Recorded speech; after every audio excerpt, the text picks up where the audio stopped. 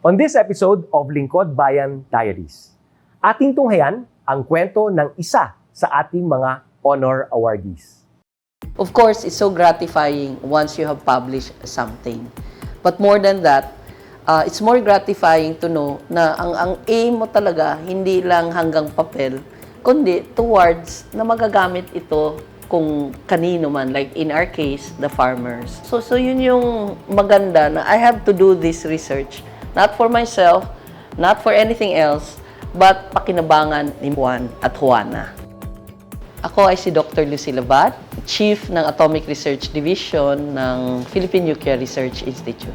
Ako po si Fernando Biglang Awa Aurigue. Tawagin na lamang ninyo ako Nanding. Retired Senior Science Research Specialist at Career Scientist 1 dito sa Department of Science and Technology, Philippine Nuclear Research Institute. Ako po si Patrick J. Cabalar, Science Research Specialist 2 sa Chemistry Research Section, Atomic Research Division of Philippine Nuclear Research Institute, and ko ay involved sa radiation processing activities ng PNRI.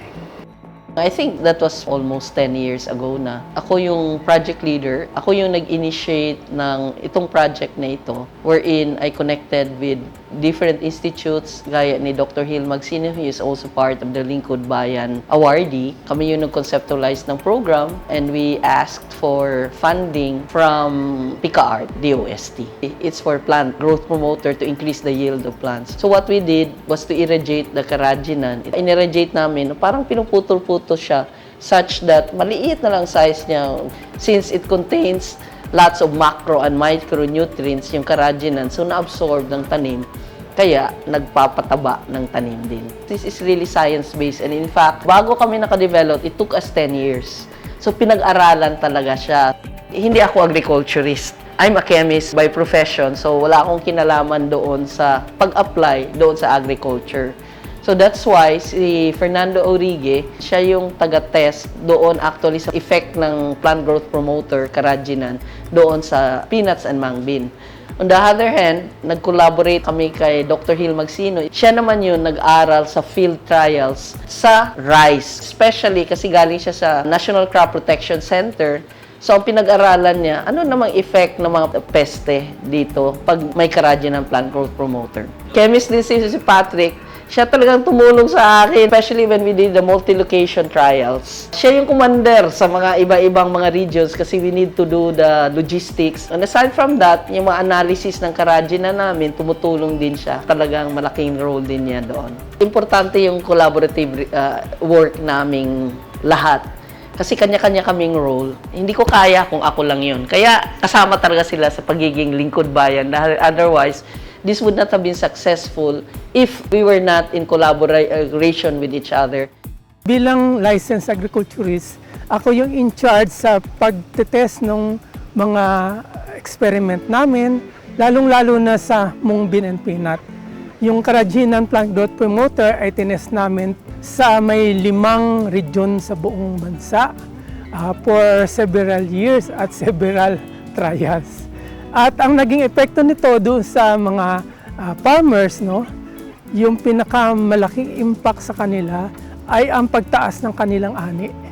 Noong na-nominate kami sa Lingkod Bayan Award, I felt elated. Napakasaya kasi na yung aming pinaghirapan ay kikilalanin o bibigyan ng karampatang karangalan. Maraming nabago sa aking pamumuhay ang nakamit naming award, no? Kasi yung pagkilala na lang na ang laking bagay yon na bilang agriculturist. Kala nila dito lang ako sa bukid, magtatanim ng mga halaman, pero pwede pala na mag-level up na makakadiscover o makaka-invent ng bagong produkto na kinabangan hindi lang ng mga kapwa namin magsasaka, kundi pati ng mga iba pang tao. Bilang agriculturist o magsasaka, gusto kong patunayan na hindi dapat maliitin ng ibang tao ang agrikultura.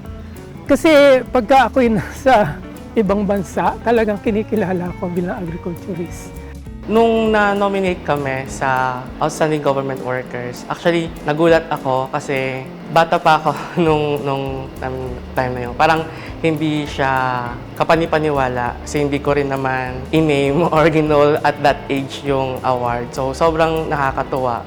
And at the same time, very proud doon sa narating ng aming technology.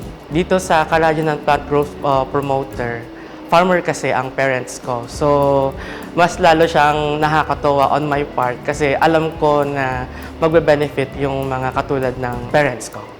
I would say I have no regrets being a government employee, being a civil servant.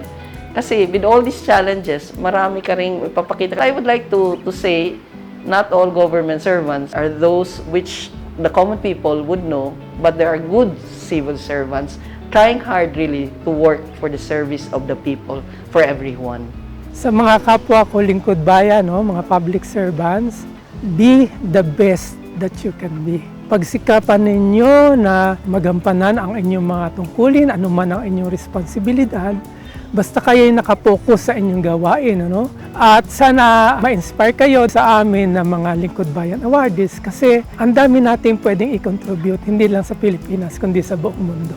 Sana magsilbi itong inspirasyon sa ibang mga serbisyo sibil, lalo na sa mga millennial na mga lingkod bayani, na dapat hindi lang tayo dapat tapat, kundi dapat ay meron tayong empathy sa mga tao. Kasi kung meron tayong empathy sa mga kapwa nating Pilipino, doon lalabas yung ating kagalingan sa paggawa ng ating trabaho. Kami po ang Kalayaan Plant Growth Promoter Team ng DOST PNRI. At ito ang aming kwentong lingkod bayani. One DOST!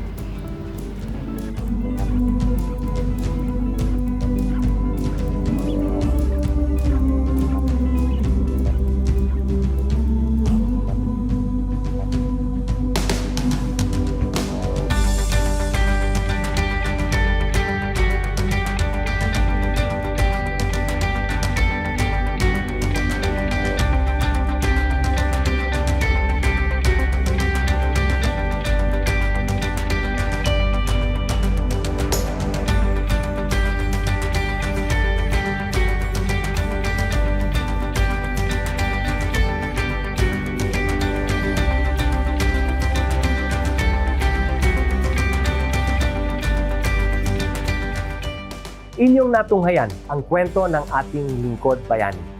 Kung ikaw ay may kilalang lingkod bayani, maaari siyang i-nominate sa Honor Awards Program ng Civil Service Commission. For nomination procedures, go to www.csc.gov.ph. See you on the next episode of Lingkod Bayan Diaries.